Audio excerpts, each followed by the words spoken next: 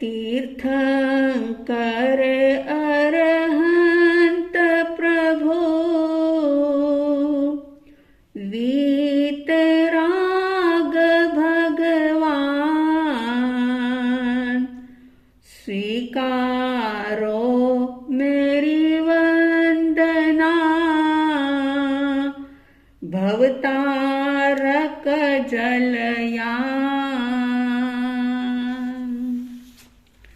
श्रद्धालु जिज्ञासु श्रोताओं, जीवन में समभाव रखना, हर परिस्थिति को फेस करना और भीतर से विचलित ना होना, ये एक जीवन जीने की कला है। आज आप और हम सब देख रहे हैं कि बहुत सारे गुण ज्ञान लोगों में बढ़ गया, लेकिन समभाव घटता ही जा रहा है। और समभाव नहीं होने के कारण से या कम होने के कारण से आज हर व्यक्ति दुखी है, परेशान है। चाहे सुविधा कितनी भी हो, साधन कितने भी हो, लेकिन फिर भी हर पल इंसान अभाव को महसूस करता है, स्ट्रेस में रहता है, टेंशन में रहता है। पंडित श्री रविंद्र जी आत्मन ने बहुत ही सुंदर रचना करी, जिसका नाम है समता षोडशी। 16 गाथाएं हैं और नाम दिया समता षोडशी।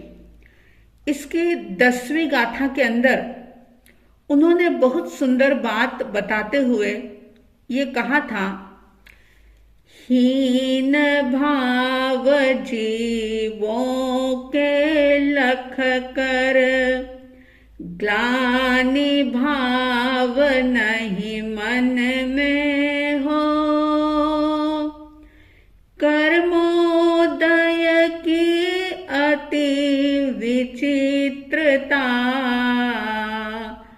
समझो स्थितिकरण करो, समता रस का पान करो,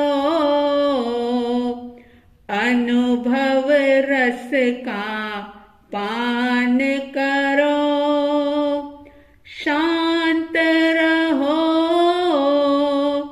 शांत रहो, सहज सदा ही शांत रहो, शांत रहो,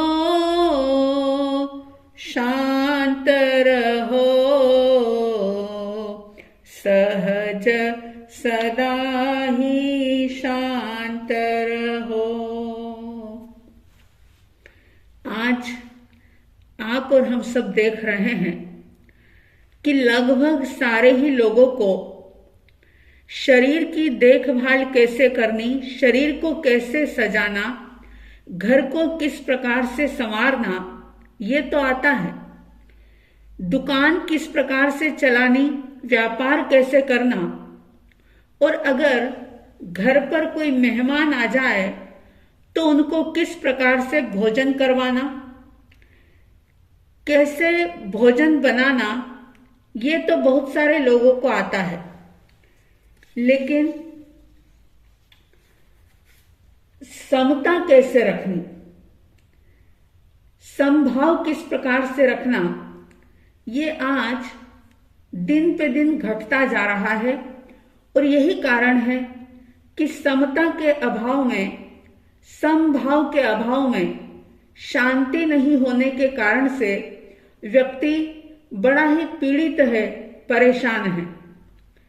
एक शिष्य ने गुरु से पूछा कि हम क्या सहन करें, तो गुरु ने कहा कि प्रभु महावीर स्वामी जी ने कहा है कि सब कुछ सहन करो।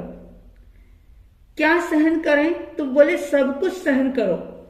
फिर प्रश्न आया कि कब तक सहन करें, तो जवाब में ये कहा गया कि जब तक मन के विकार, कषायों की वृत्ति का शमन ना हो जाए, जब तक तुम्हारे कषाय खत्म ना हो जाए तब तक सहन करो। और यही बात इस समता षोडशी की 10वीं गाथा में कही जा रही है। क्या होता है कि व्यक्ति खुद तो परेशान होता ही है, लेकिन अगर आप बहुत गहराई से देखेंगे, दूसरों के बारे में नहीं, खुद के बारे में अगर चिंतन करेंगे और बहुत गहराई से विचार करेंगे, तो आपको बात समझ में आएगी कि अगर कोई दूसरा व्यक्ति आपके अनुकूल नहीं है, आपके इच्छा के अनुसार वो नहीं चल रहा है, जैसा काम करने की स्टाइल आपकी है वैसी अगर उसकी नहीं है, तो आप परेशान होंगे, दुखी होंगे। और इस 10वीं गाथा में ये कहा जा रहा है कि हीन भाव जीवों के लख कर। अगर कोई बुरे भाव वाले इंसान को आप देखो, किसी पापी को देखो, किसी कठोर वाणी वाले व्यक्ति को देखो, जिसकी काया की प्रवृत्ति भी अच्छी ना हो, उठने बैठने का भी विवेक ना हो, कोई बहुत ही मन से बुरे भाव करता हो, ऐसे लोगों को भी अगर आप देखो तो उनको देख करके क्रोध मत करो, उनसे घृणा मत करो, मन के अंदर ग्लानि का भाव मत लाओ। क्या कहा? हीन भाव जीवों के लख कर, ग्लानि भाव नहीं मन में हो। अब ये कब होगा? सिर्फ इतना सा सुन लेने से नहीं होगा, इसके लिए कर्म का सिद्धांत भी समझना पड़ेगा, क्योंकि हर जीव अपने अपने कर्मों के उदय के कारण से हर प्रवृत्ति कर रहा है। जिसका जैसा उदय काल चल रहा है वो उसी के अनुसार प्रवृत्ति करता जा रहा है। तो उस जीव से यानी उस आत्मा से द्वेष करने की बजाय कर्मोदय की विचित्रता को देखिए कि ये जीव तो शुद्ध है, बुद्ध है, परमात्मा बनने की ताकत इसमें भी है। ये शुद्ध आत्मा जो परमात्मा बनने का पूरा के पूरा सामर्थ्य रखने वाली है, लेकिन बाहर से अगर हम देखेंगे तो अभी उसके कर्म के विचित्र उदय काल चल रहे हैं। और उस कर्म के उदय की अगर विचित्रता को देखेंगे तो मन के अंदर घृणा का भाव, नफरत का भाव नहीं आएगा। और ये कब हो सकेगा? जब आप स्वयं जीव अजीव के ज्ञाता होंगे, जब जैन धर्म की बेसिक आपको पता होगी कि जीव तत्व क्या है, अजीव क्या है, मैं कौन हूं और मेरा क्या है। जब मैं और मेरे का भेद समझ में आएगा, जड़ और जीव, जड़ और चेतन, इसका जब डिफरेंट समझ में आएगा और दोनों की अलग अलग क्वालिटी जो है, उसमें मैं कौन हूं और मेरे जो भी संयोग हुए हैं, जो भी मेरे पास में है, वो सब पुद्गल है। और ऐसा जब ज्ञान आपका पक्का होगा तो फिर क्या होगा कि आप स्वयं को भी एक शुद्ध आत्मा मानेंगे। और अगर स्वयं को शुद्ध आत्मा आपने अनुभव किया, पक्की श्रद्धा की, मान लिया कि मैं शरीर नहीं, मैं एक आत्मा हूं, तो फिर आपके भीतर में आत्मदृष्टि का उद्घाटन होगा। फिर आप किसी को भी देखेंगे, चाहे वो पापी हो, चाहे वो पुण्यात्मा हो, आप उस दृष्टि से देखेंगे कि वैसे तो ये शुद्ध आत्मा है, लेकिन अभी इसके कर्मों का शुभ या अशुभ इस प्रकार का उदय चल रहा है। तो पंडित श्री रविंद्र जी आत्मन ने बड़ी सुंदर बात कही कि दूसरे जीवों की गलतियों को देख करके खुद को पीड़ित मत करो, परेशान मत करो अपने आप को, बल्कि कर्मों के उदय की विचित्रता को समझो और उस कर्मोदय की विचित्रता को समझ करके उनको स्थिरीकरण करो। स्थिरीकरण का मतलब होता है खुद धर्म के अंदर स्थिर रहना और दूसरों को स्थिर करना। जो भी कोई व्यक्ति अपने व्रत में, नियमों में, धार्मिक आचरण में अगर कमजोर हो रहा हो, संयम से, मर्यादा से अगर विचलित हो रहा हो, तो उसे प्रेम से, धर्म की भावना से उसे समझाना, प्यार से समझाना और समझा करके उसे अपने नियमों में, संयम में स्थिर कर देना, ये स्थिरीकरण है। सम्यक दर्शन, जो कि मोक्ष को पाने का वीजा है, अगर सम्यक दर्शन के बारे में हम बात करें तो उसके 8 अंग होते हैं। जैसे हमारे शरीर के अंग हैं, उपांग हैं, अंग के बिना शरीर क्या होगा आप समझ सकते हैं। तो ऐसे ही सम्यक दर्शन के भी 8 अंग बताए हैं, और जिन्हें अपने सम्यक दर्शन को पुष्ट करना होता है, उन्हें इस 8 अंगों को समझना, 8 अंगों को पुष्ट करना बहुत जरूरी है। तो उन 8 अंगों में एक अंग है स्थिरीकरण, स्थिरीकरण। तो स्थिरीकरण का मतलब यह है कि जो वीतराग परमात्मा का जो मार्ग है, जो मोक्ष का मार्ग है, उसके अंदर निरंतर स्थिर बने रहना। चाहे हमारे पास बुद्धि ज्यादा हो, कम हो, हमारा क्षयोक्षम कम हो या ज्यादा हो, उससे कोई फर्क नहीं पड़ता। लेकिन वीतराग परमात्मा के प्रति, सर्वज्ञ भगवंतों के प्रति, उनके बताए हुए मार्ग के प्रति हमारे मन में श्रद्धा का भाव है या नहीं, ये देखना होगा। तो वीतराग मार्ग में निरंतर स्थिर बने रहना, चाहे जीवन में कितना भी विरोध हो, लेकिन उस विरोध में भी विचलित नहीं होना। अगर आपका कोई साधर्मी, कोई आपका जान पहचान का व्यक्ति या कोई भी धर्मात्मा जीव या कैसा भी साधारण जीव अगर गरीब है, या फिर वह अपनी गरीबी को मिटाने के लिए या अपने जीवन के दुख दर्दों को मिटाने के लिए अगर कोई फिजूल के तंत्र मंत्र आदि के चक्कर में पड़ रहा है, चमत्कार को देख करके अगर वो जिन धर्म से विचलित हो रहा है, उसकी श्रद्धा अगर डावाडोल हो रही है, वीतराग मार्ग से अगर वो भटक रहा है, तो उसे प्रेम से समझा करके फिर से जिन मार्ग में, जिनेश्वर परमात्मा के धर्म में उसे स्थिर कर देना, ये स्थिरीकरण है। तो कहा कि कर्म उदय की विचित्रता को समझो। स्वयं के जीवन में भी कर्म उदय की विचित्रता को जानो, समझो। स्वयं धर्म में स्थिर रहो, चाहे कोई कितना भी लोभ लालच दे दे, लेकिन मिथ्या उपदेश के अंदर नहीं पड़ना, तंत्र मंत्र आदि के जंजाल में पड़ करके वीतराग मार्ग से भ्रष्ट ना होना। ये पहले स्वयं स्थिरीकरण अपने लिए करें, और जो स्थिर होगा वही तो दूसरों को स्थिर कर पाएगा। सोचे जरा आप कि कौन कर सकता है किसी को स्थिर? जो स्वयं संभल जाता हो, जो स्वयं उजाले में आया हो, जिसने स्वयं की अज्ञान अमावस्या को पूनम बना दिया हो, वही व्यक्ति दूसरे को भी प्रकाश का मार्ग दिखा सकता है।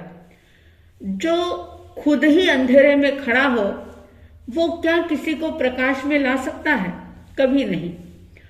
तो कहने का अभिप्राय ये कि स्थिरीकरण बहुत बड़ा काम है, और ये बहुत साहस का काम है। क्योंकि आप देखते हैं दुनियादारी में तो अनादिकाल से लोगों की आदत धक्का देने की है, गिराने की है। कई लोग सोचते हैं कि पड़ोसी की दुकान बंद हो जाए ये कोई केस चल रहा है तो ये व्यक्ति केस हार जाए।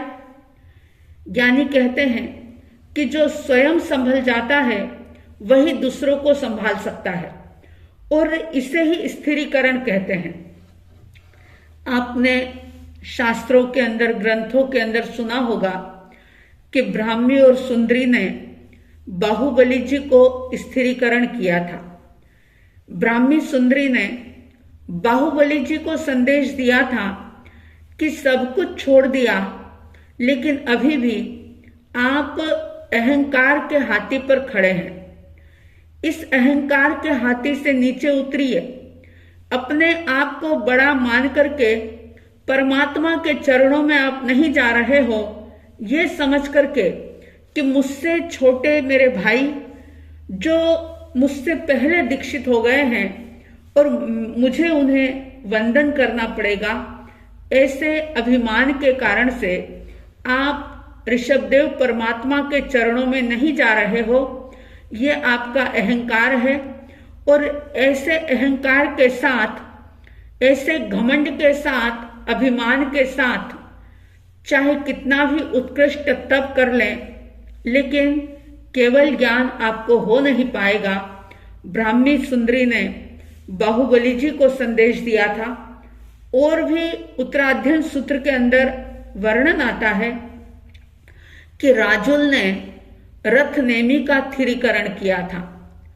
रथ नेमी जो नेमिनाथ भगवान के भाई थे, और जब राजुल ने रथ नेमी को देखा कि ये अपने संयम से विचलित हो रहे हैं, ये गलत मार्ग की तरफ आगे बढ़ रहे हैं, क्योंकि राजुल सती जो थी वो स्वयं धर्म में स्थिर थी, और स्थिरीकरण क्या होता है ये उन्होंने समझा था। इसलिए उन्होंने रथ नेमी को फटकार लगाते हुए कहा था, धीरथु ते अजसो कामी। हे रथ नेमी, हे अपयश के कामी, तुझे धिक्कार है कि एक इतने उच्च खानदान में जन्म लेने के बाद और जिन शासन में प्रवर्जित हो जाने के बाद भी तुम्हारे मन के अंदर इस प्रकार की वासना पैदा हो रही है, गलत इच्छा पैदा हो रही है, और ये जो तुम सोच रहे हो ये बहुत गलत सोच रहे हो। ऐसी फटकार लगा करके भी उन्होंने उस रथ नेमी को स्थिर किया था। तो इंसान का ये फर्ज बनता है, ये कर्तव्य बनता है कि पहले स्व का स्थिरीकरण हो, पहले स्वयं स्थिर हो धर्म में, जिन शासन में परमात्मा के बताए हुए मार्ग को समझ करके उस पर श्रद्धा करे, और फिर जो भी व्यक्ति धर्म से विचलित हो रहा हो या किसी अशुभ कर्म के उदय से अगर वह कोई गलत मार्ग पर जा रहा हो तो उसे फिर से सही मार्ग बता देना, ये स्थिरीकरण है। तो इस 10वीं गाथा में कहा है कि कर्मोदय की अति विचित्रता समझो और स्थिरीकरण करो। कर्मोदय की विचित्रता को समझो। किसी भी व्यक्ति को बाहरी पहचान से मत पहचानो, क्योंकि बाहर में जो भी दिख रहा है ये तो सिर्फ कर्म का उदय है जो बहुत विचित्र होता है। इस कर्म के उदय को समझ करके मन के अंदर ग्लानि का भाव किसी के प्रति मत लाओ। सभी जीवों के साथ मैत्री और करुणा का भाव रखो, और चाहे कैसा भी पापी से पापी व्यक्ति हो, लेकिन उसके पाप को देख करके ये सोचो कि ये इसके कर्म का उदय है, लेकिन इसमें भी परमात्मा बनने की शक्ति है। ये भी सिद्ध परमात्मा जैसा है, इसकी आत्मा भी अनंत गुणों के वैभव से संपन्न है।